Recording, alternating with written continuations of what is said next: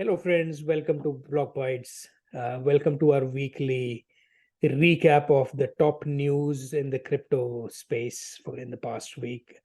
And once again, I'm joined by Vicky Cryptorius, and together we look at some of the important news. Hello, Vicky. How are you doing? Fine, sir. How are you doing? Not bad, not bad. Thanks for joining again. So let's dive straight into it. Let's start with our weekly market update. It's pretty much similar in terms of the number of, well, there are more red here than last week. There were more greens, I think, last week. Yeah. But it's pretty much the same. What are your thoughts, Vicky? How was this week? Not much has changed there. A few tokens are pumped actually. Okay. If you look at FTT or FTT, XRD, VMix, these are all tokens that that not most people would have heard of. Yeah. FTT would have heard of, but they wouldn't have thought that FTT would pump by 23.3%. CRV pump was expected from a technical angle, from a technical analysis angle. The pump on CRV was expected actually. In fact, even I tweeted about it actually. Okay. That it was going through a falling wedge breakout. There was a lot of FUD for CRV. That was expected actually, with a lot of people short in the bottom. A short squeeze was expected, and I think it will probably continue this week into this week also.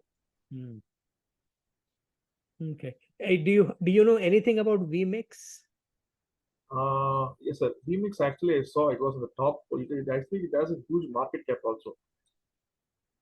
Probably I don't know what VMix actually does. Even I was quite surprised. That's what I'm telling. None of these tokens, like most of them, would have heard of it. Yeah, I mean, I just went to coin my market cap and read just a few lines about it. It's something to do with the it's in the metaverse gaming domain. It didn't tell me why exactly it is pumping. So maybe that's actually that's quite a lot of FUD, not FUD actually. There's a lot of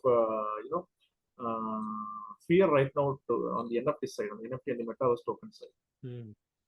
Probably we might have a good Q4 for NFTs as well as for metaverse tokens.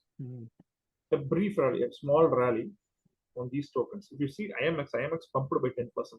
Right. IMX is a proper gaming blockchain. Right. So I think these like from a technical analysis angle also, if you look at most metaverse tokens are bottom. So there we could expect a rally in Q4 for the metaverse and also for some of the NFTs. But these all will be very short-lived rallies. It doesn't mean like we are going to full-blown bull market. It will be probably brief rallies. Right. Yeah. All right. So nothing out of the ordinary in the sense, nothing. Yes. This week, I think there will be some volatility because we are heading into the ETF partner. We are Ethereum futures ETF as well as the Bitcoin spot ETF. Deadline is appearing. Deadline is nearing. Sorry, month of October. But we could expect probably getting front run. All right. So that is how the market looked for the week. So let's go on to the next news. Cosmos announced a new roadmap for their inter-blockchain communication protocol called the IBC Roadmap 2024. And Cosmos is another blockchain, which is a non-EVM blockchain. And it is basically, it's a different type of protocol in which applications are themselves blockchains. And then they're connected to something known as a hub, a Cosmos hub, which is a central blockchain. And that is that's responsible for all the communication and linkages between all these different blockchains. So the roadmap, the tweet starts with a little bit of information about what the IBC protocol is and has done. For instance, it says it's done 52 million transfers, totaling to around 29 billion US dollars across 100 plus chains in the last 1 year. So the two main themes it says is that it's around expansion and usability. So I think more to do with, of course, they would like to expand as an ecosystem. So how they're going to make it easier for other applications to add to the network, and the usability is to do with how easy it is for developers to create their own chains on the ecosystem. So what do you think about this, Vicky? After IBC, I think there are many projects that were built on Cosmos. This roadmap, but like from the the release of this roadmap actually pumped the price quite a bit. Look at Atom briefly rallied after this after the Cosmos released this IBC roadmap. Atom put up a brief rally. But nothing has changed from the fundamental perspective actually. Right. Still trying to grab the pie of interchain transactions and interchain applications built on Cosmos. Okay. It has its own competitors, Polkadot, Parachain options. So of course, they'll roadmap whatever they shared. I think has to do a lot with attracting more people to build on Cosmos. Correct. I like Cosmos. I mean, I've not followed it for a long time, but I did follow it briefly last year, about the end of last year, when they came out with the idea of they revamped their tokenomics last year. Yes, exactly, the Atom tokenomics. So that was an amazing yes, I think step. I don't know if that is actually done or not. To be honest, I've not been following this ecosystem, but I really like Cosmos.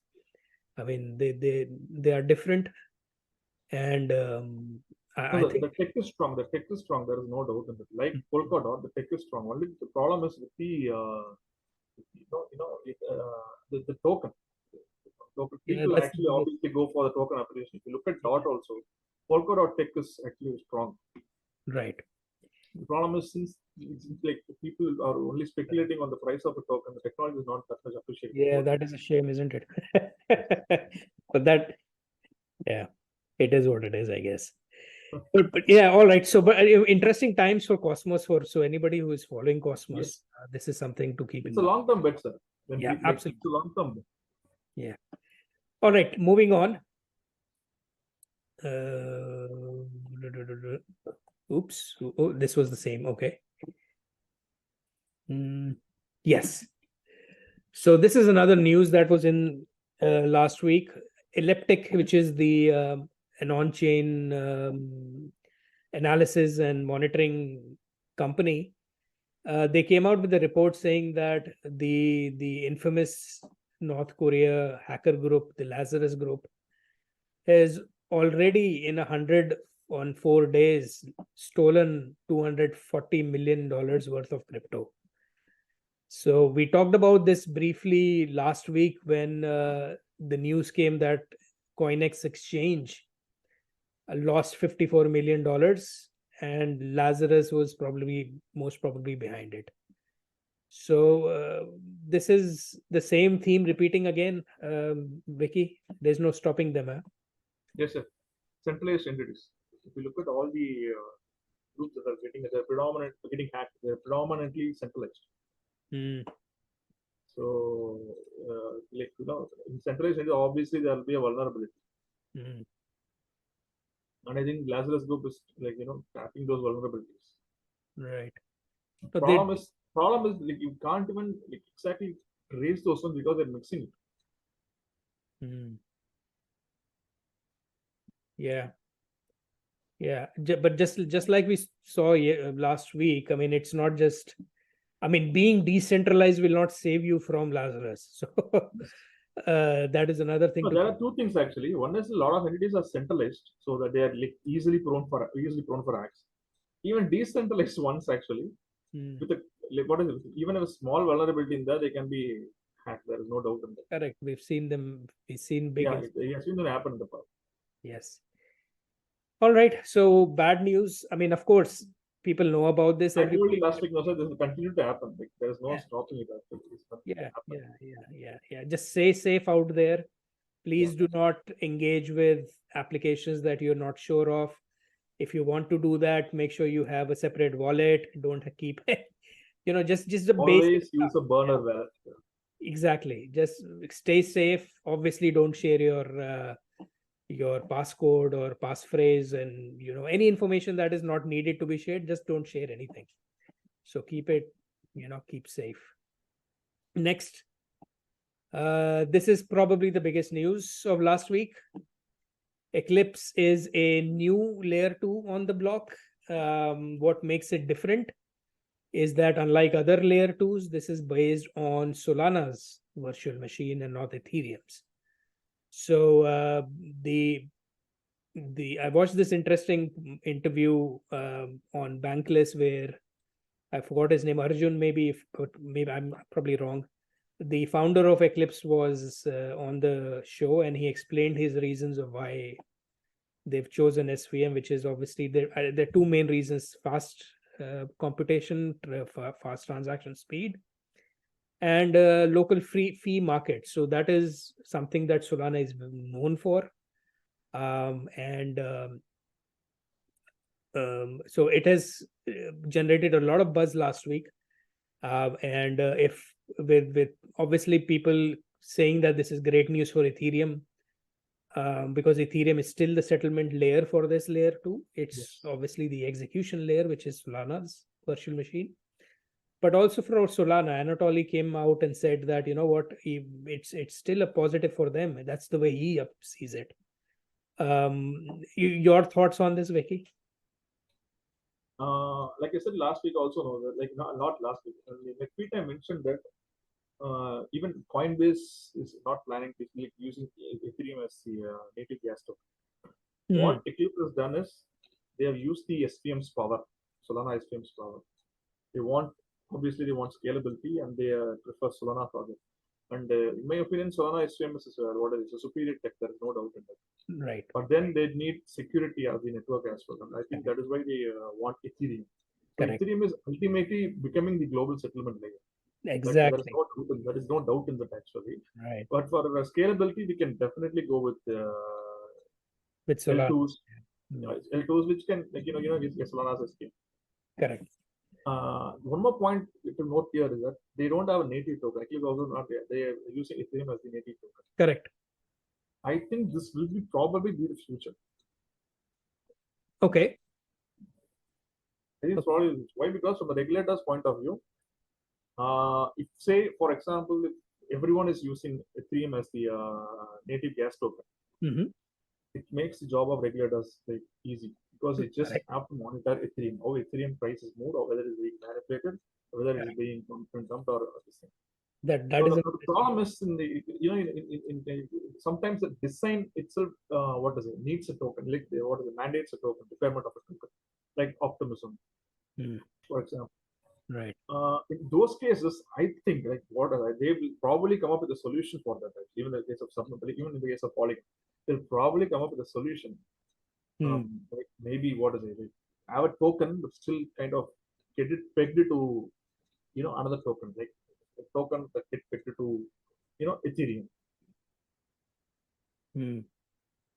Yeah, I mean, I agree with that point that it's easier for the regulators, but I think it's a little early to say. Also, the project has just come to the limelight. Yes. Like even Coinbase, after I tweeted, I think Coinbase last 2 days before they came up and told they're not exactly ruling out the release of a token. Yeah, there you go. Yeah. So yeah, we know how this is going to progress. Correct. It's up to it'll take time to know actually. Right. Probably in 2025 we'll be able to know whether it's up to see. Yeah. But it's interesting to see how the technology is kind of how the thing is they are taking they're taking the good from each blockchain network. That what makes it special. Correct. I agree. This is a great article that they've written. So for anybody who's interested, please go here and take a look at it. They have put it in a very simple manner, sir. Yeah. They put it in a very simple layer, very simple language also. Correct. All right, so let's move on to the next news. Yes, so another RWA, real world asset news this time. Centrifuge, which is a big name, a big RWA protocol, is expanding. It is now going to launch itself on Base. We were talking about Base just a minute back, and on Arbitrum. So again, of course, we saw last week, Galaxy Research with their graphs showed that $3 billion already are in the real world asset narrative. So it's expanding, it's growing, obviously, and Centrifuge wants to be a part of it. So it makes sense. What do you think, Mickey? I think like when Arbitrum was released, people flocked to all the tabs flocked to Arbitrum. The same thing is happening with Base now. Quite obvious, like most projects will eventually, flock to Base as well.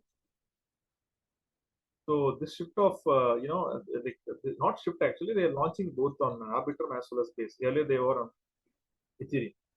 So yes, like I think, Arbitrum and Base has a lot of TVL lock. There's a lot of TVL. They're the top TVL L2 chains. So naturally, like any project would want to, extend it to their chains as well.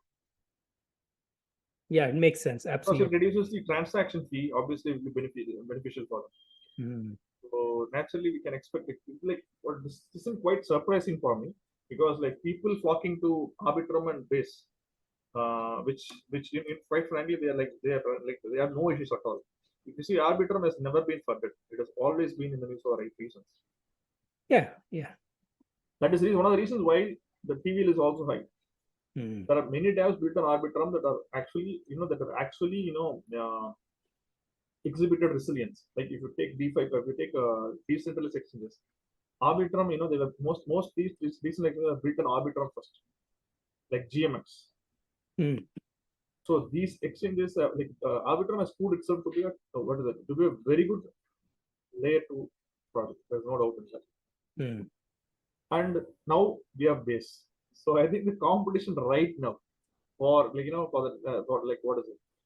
for total value lock will be between Base and Arbitrum. It's very interesting. It'll be very interesting. So how these two, compete each other. Right. Yeah, this is only warming up, it seems. So yes. Yeah, so many things happening, and it's only interesting to see how this thing is shaping up. Yes. All right. Okay, let's go on to this one. Yeah. All right. A little bit of a news here from the US. The House Committee group there has the House Financial Services Committee has approved a bill that will prevent American banks from issuing digital currencies. And they're talking about CBDCs here, but I don't know if they've used the word digital currencies. I'm not sure if it goes beyond CBDCs into. Yes, even I had the doubt actually. Yeah. Because if it is just whether they mean CBDC or just all digital currencies. Correct, or stable coins. So I mean, yes, stable coins part of digital currencies. Yeah, that makes So if it's digital currencies, then it's everything. But the anti-CBDC, the title here says it's more to do with CBDC, not everything. But this is interesting. So if this is anti-CBDC as the article claims, then the banks cannot issue their own CBDCs, which, first of all, I'm not sure why banks would want to do that. I think CBDC has to do with the central bank. I don't know why where the banks come in picture. Correct. Second, it doesn't mean that America will not have a CBDC. The Fed can have its own CBDC. Yes, that's what I'm saying. Right. So there's just a little bit of clarity is needed here, what exactly this bill covers, and so just a little nuance that it doesn't mean that this is anti-CBDC. So if you just read the article title and then it'll say, oh, America will never have a CBDC, that's not the case. So yeah. So this is, I mean, it is surprising to me that, I mean, just another comparison. Now, there's no good or bad here, just a comparison. In America, things are so, in a way, it's so open and wild that American banks would rather create their own digital currencies, and they would rather act on their own. But I don't think Indian banks can do that. They would rather take the RBI's approval before doing anything of that sort. So it's a little, just a little comparison to give you how things are different in India and the US. So interestingly, I mean, I found this interesting, so I thought I'll add it here. Yes. Okay, moving on to the next. Yes. Okay, so this is another news, which is that Polygon. Now, okay, so just a little bit of background on this. Celo is a layer 1 chain. A few weeks back, or maybe a month back, they came out and said that they want to become a layer 2 on Ethereum. And it was the big news of that time. And now what has happened is, obviously they're probably evaluating which roll-up platform they want to use, whether they want to become an optimistic roll-up or they want to become a ZK roll-up, and within optimistic, whether they want to go with Optimism or Arbitrum, so those kind of discussions and deliberations are probably happening within the organization. And so with that in the picture, Polygon actually came out with a proposal in which Sandeep told the Celo guys that, what, you should consider using the Polygon CDK as a means of becoming an Ethereum layer 2. For those who don't know, Polygon CDK is just like Optimism Stack, but it is on Polygon and it is based on zero knowledge. So your thoughts, Vicky? I'm pretty sure those L1s that can't compute will obviously become L2. There is no doubt on that. And right. It's a good thing only. It's a good thing only. There's no doubt on that. Like he told them, like it's their choice whether to be a ZK rollup or an optimistic rollup. Right. Frankly speaking, like I think what is it? Like though optimism rollup has its own advantages, ZK rollup, from a security point of view, privacy point of view, I think ZK rollups will probably stand the test of time. That is what they say. Yes. Yeah, with the zero knowledge proofs and the privacy implications and applications. Both coexist. There's nothing wrong in both coexisting also. Yeah. Each will have their own applications. Correct. So yes, so this was another news, and let's see what they say, what they decide. So it'll be interesting to see what Celo decides and how if Sandeep Nailwal is initiating, probably the proposal get passed. There's no doubt in that. Well, to be honest, it completely depends on what Celo. Yes, of course. Because I mean, it's not just Sandeep who's pushing. I mean, obviously the other layer 2s will also be pushing their own proposals, or Yes. So we'll see. We'll see what happens. I mean, no, recently Stellar network actually. Okay. All right. Okay, let's go ahead. Yeah. Nice. Okay, so this was an interesting news. Tether, the stablecoin which is behind this USDT stablecoin, made a very interesting $420 million investment in a Bitcoin mining company called Northern Data, based out of Germany. So the idea here is that Northern Data probably wanted to diversify into the world of artificial intelligence, because they already are running a data center which is full of GPUs that they're using for Bitcoin mining. But now they can use the same data center, or maybe expand it to create a separate data center for AI applications. where models can be trained and and used. So they wanted to buy 10,000 NVIDIA GPUs, H100 GPUs, and Tether came out and said that, okay, we will fund that purchase for you, but in the return we want 20% stake in your organization. So I found this very interesting, and it actually speaks of how the narrative, how the AI narrative is taking shape. And we all know that the biggest commodity in AI is the GPUs. They're expensive. They're hard to come by. You can't buy them. There's a big backlog. They're, so Tether is jumping into this market. I think it's a very positive news for them. They made a very strategic investment here, in my opinion. What do you think, Vicky? So I was quite surprised when Tether, when I saw this news actually. Tether, a stablecoin issuer, investing in not investing in, actually buying a stake cloud, cloud AI GPU provider. Correct. Somehow the $420 million of GPUs, right, in return for 20% stake in the company. right. But I was quite surprised. It was what is it? Two different things actually. Stablecoin issuer investing in a company that Europe, not the likes of Amazon or Microsoft, Northern Data. Correct. And they want 20% stake in the tool. Of course, they are a Bitcoin miner. There's a link there. But still, it was like, either it is strategic overall, or there is something that doesn't mean what is it? There's something else in there. Yeah, I mean, I'm sure there are multiple things to it. Yes. But on the face of it, it appears to be a very interesting, like a pivot. Not really a pivot, but it's like a diversification of. It's like a diversification. Yeah. So good for them.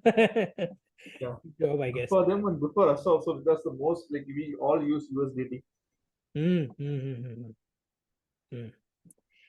Right. Okay, coming back to India, we've got some news from India. So there was news that the Ministry of Home Affairs is in the process of creating a cryptocurrency and intelligence and analysis tool to combat rising crypto scams. So it makes sense. We've talked about scams. Everybody knows about these issues. Especially, it's a big problem, especially in India, where you have tons and tons of multi-level marketing schemes, rug pulls, scams happening, left, right, and center. And around almost 1,000 crores have been lost in these scams so far. So it is a good initiative that the government has stepped up, and they are creating this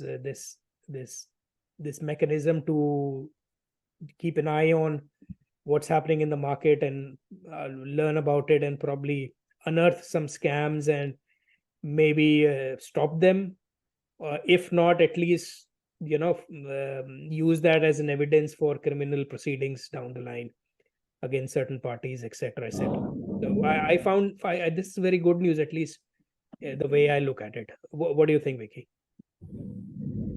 Yes, sir. When I saw the news, I was impressed actually. Why? Because nowhere they revealed actually, not even not an inch of information on how they're actually planning to do this actually.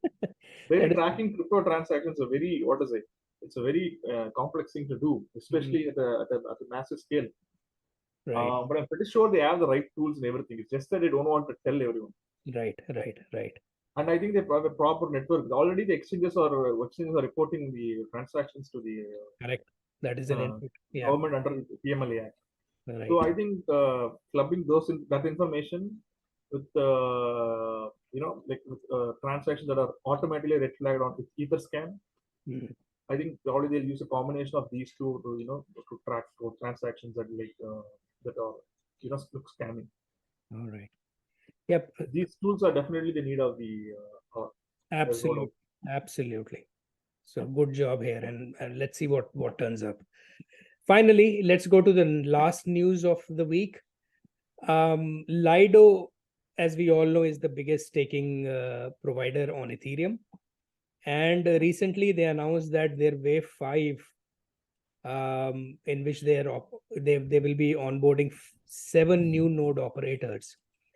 So currently from 29 node operators, they will add 7 more node operators on it. So the interesting part that I liked about this was these 3 things, and one after that. All will use a minority execution and a minority consensus client, and they will not use public cloud for their primary infra. And finally, all of these are like across the geography. It's not like they're concentrated in the US or the Europe. So you have the 7 nodes. Some are in LATAM, Africa, and 3 are in APAC. So very nice diversification, decentralization, not just in terms of geographic locations, but also in terms of client diversity. So what do you think about this, Vicky? So if you look at their current node operators like how it is diversified. No one is there in Africa, no one is there from South America, no one is from there from Asia. So this one now like Africa has come into place, and I think Latin America also has come into place. Right. So with this, I think they actually, despite the Lido centralization concerns, they're actually trying to be more decentralized. It is. They're putting in the efforts. Yeah, it's very clear actually. I agree. Yeah, and Lido has to be decentralized. There's no other go. Right. Exactly. I agree. Yeah, so there's no other way around. This was expected actually. This was expected. Lido will obviously. I think they'll probably add even more node operators in the future.